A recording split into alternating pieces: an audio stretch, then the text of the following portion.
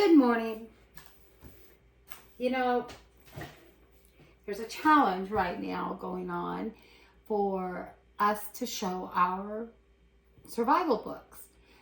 And as I was hunting for my survival books, which I'm missing several of them, I decided, well, maybe they're in my Bugout bags.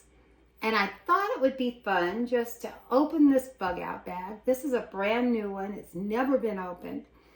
It was one I purchased probably 15 years ago. So I'm going to open this in front of you. No joke.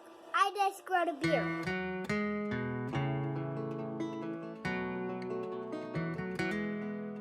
In real life. No joke. I growed a beard. Hey guys, it's Reese here again. I like all those turtles from our pond.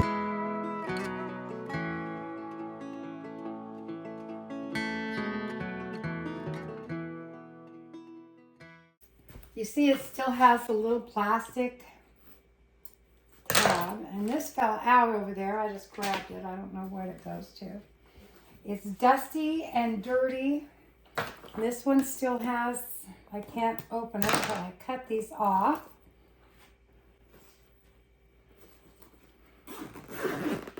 And I just thought it would be fun. Now I hope there's nothing scary in here.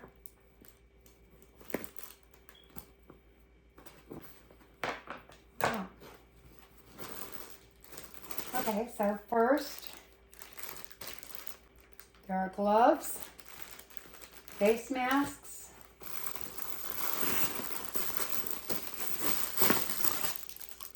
check this out. A ton of safety goggles. 1, 2, 3, 4. A power station radio that you crank. A really nice pair of leather gloves. This is awesome. So this must have fallen out. Oh, it did. A mouse had gotten into the bottom of it. Look, see? Okay, so this fell out where the mouse got in. Let's hope there's no mice in here and they didn't get the rest of it. Some duct tape. Tissues. Wipes. More tissues. A poncho. More tissues. I guess these are red hazard bags.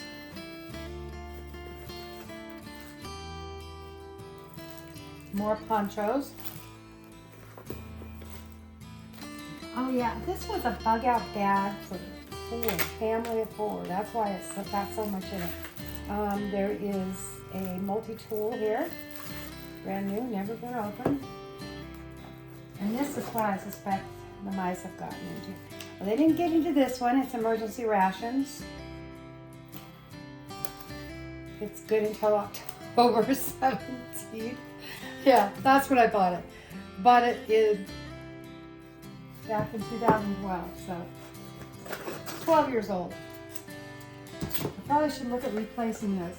But the mice managed to eat 2 full packages of rations. Now, I don't know what this is, so pull this out. I suspect this is water. Good grief.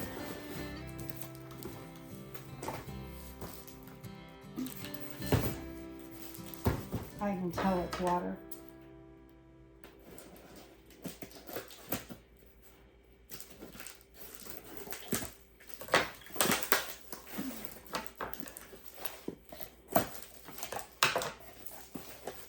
Yep, it's water. And that one's no good. Okay, let's see what's in these pockets. This front pocket. That's the only pocket there is, so. At least there weren't any mice droppings.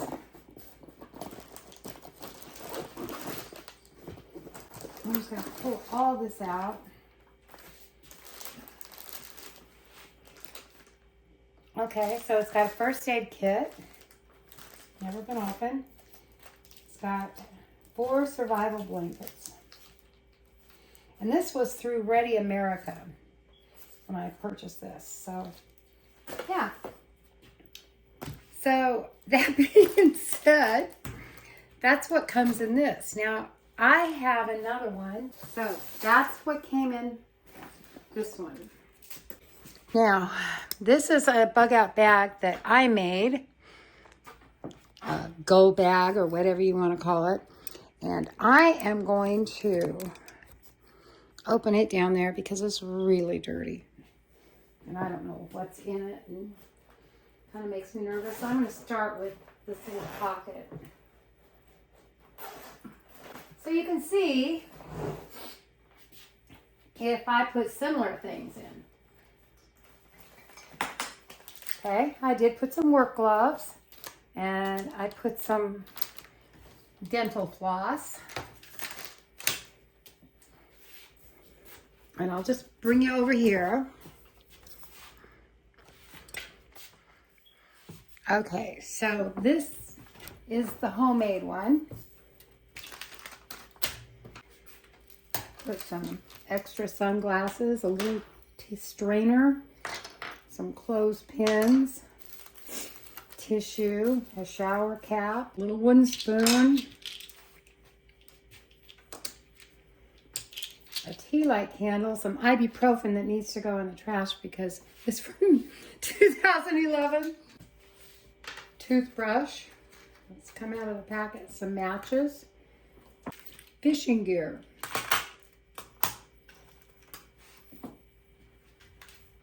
more matches, more fishing gear, a multi-tool, shampoo, a walking cane, food ration, a gas mask. It really is a gas mask. This one's for a child. I'll show you. You guys are gonna crack up. But, you know, hey, you gotta do what you gotta do.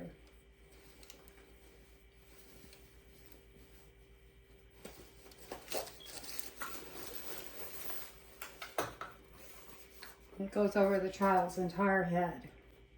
And then there's filters that go in it. So, filter is a big filter. They were actually surplus Russian gas masks that I was able to get on eBay.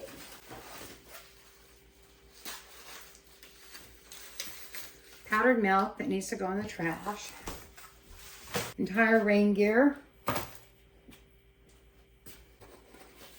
Some masks. A sponge.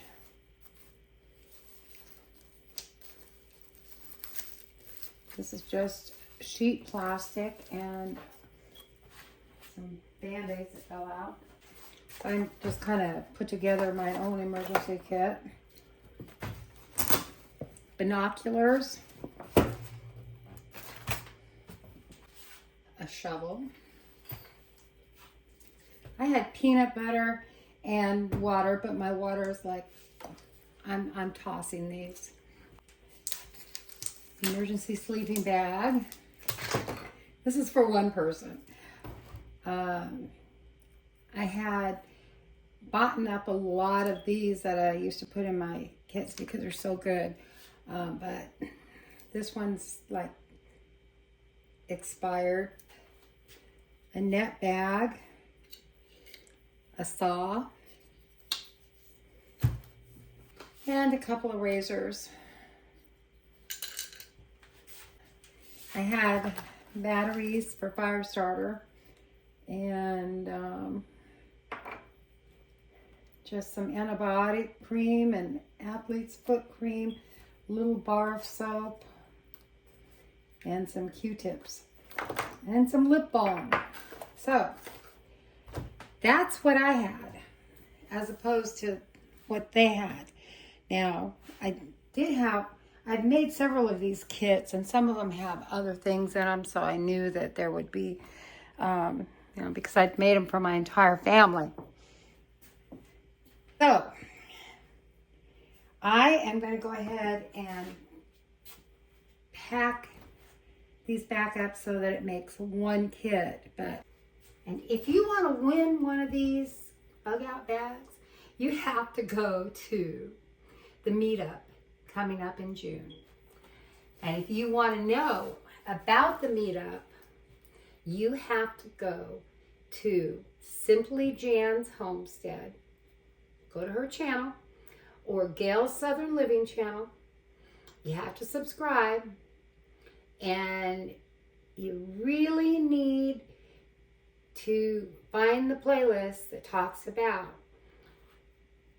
meetup, and it's going to be in June.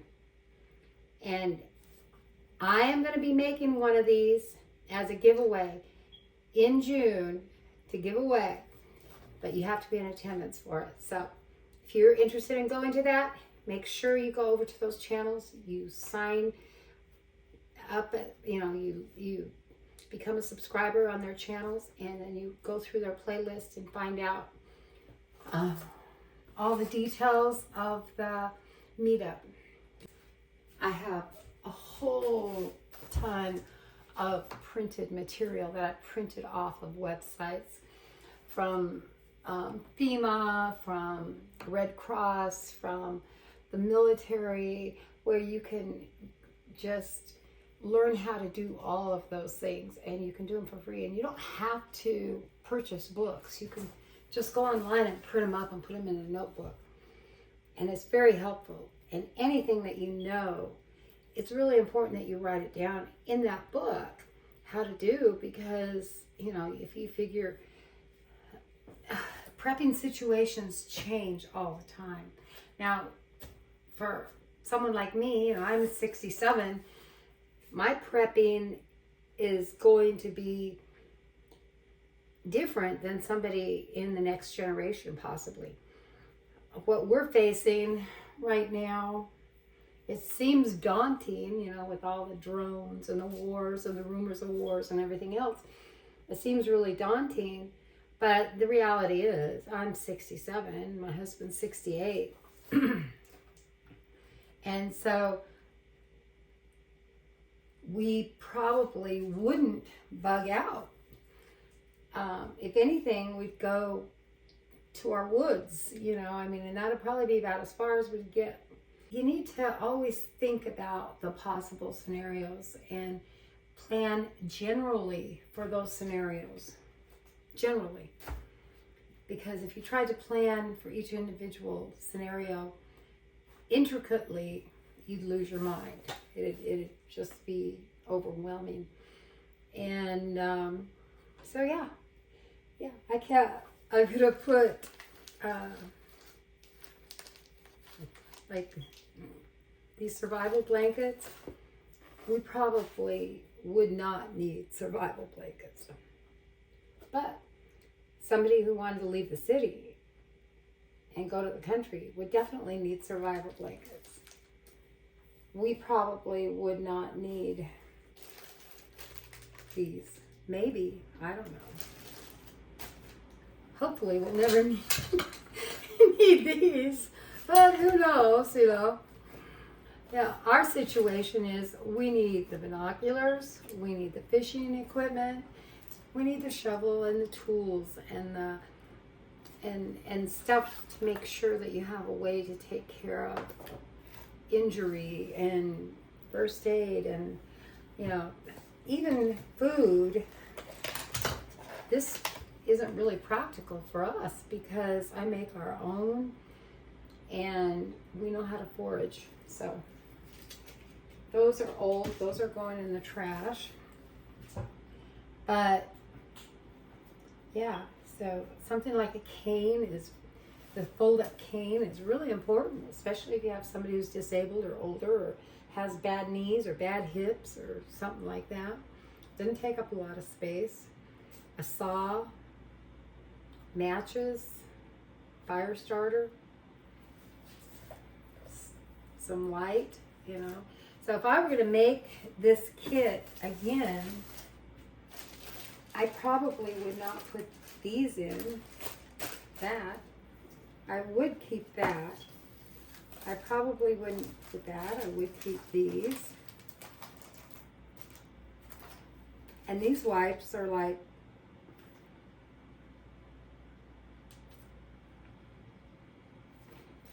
kind of worthless if you ask me, because they're so little. And I keep the ponchos. I keep the glow sticks. I keep the radio. The first aid kit. The multi-tools. Definitely the gloves. The gas masks. I'll probably leave those for somebody else. The saw, the shovel, the emergency sleeping bag. You know, it's kind of iffy if we even need those. But, you know, I probably keep them because I could probably use them for something else. That's the key. So I'll just keep these in here. This I don't need, but I would keep this. And I put athlete's foot in there because people can get really serious infections if their feet get wet, and you know, so bar of soap, a new battery, definitely some matches. But I also need and I have them in the others, the ones that you strike, not matches. I keep the binoculars, the plastic sheeting. Of course, you want all this stuff, and the fishing equipment, and some of this other stuff. These might come in handy.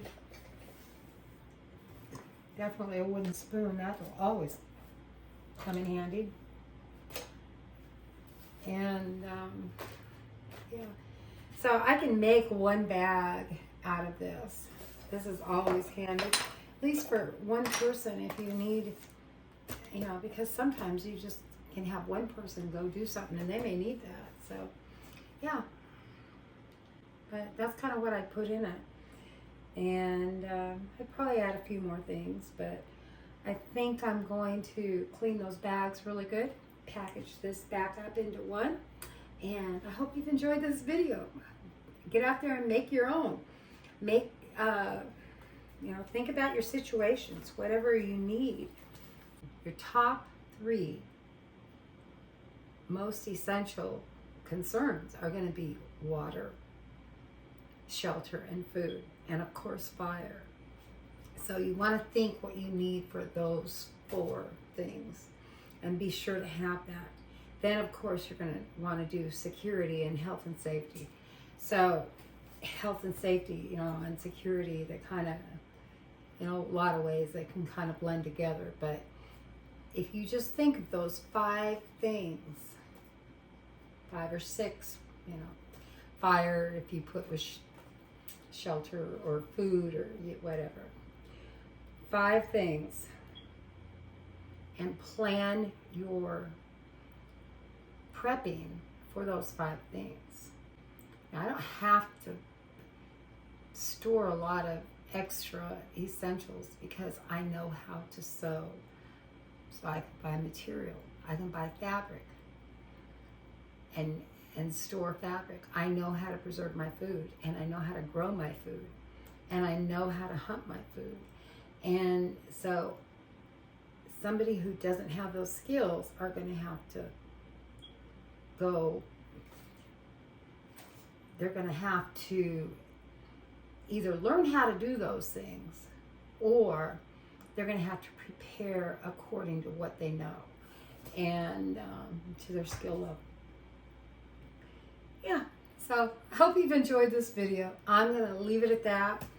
It's a lot of fun. Anyway, thank you. And if you haven't liked and subscribed to the channel, like the video, subscribe to the channel, and turn on the notifications. It makes a big difference. Thank you so much.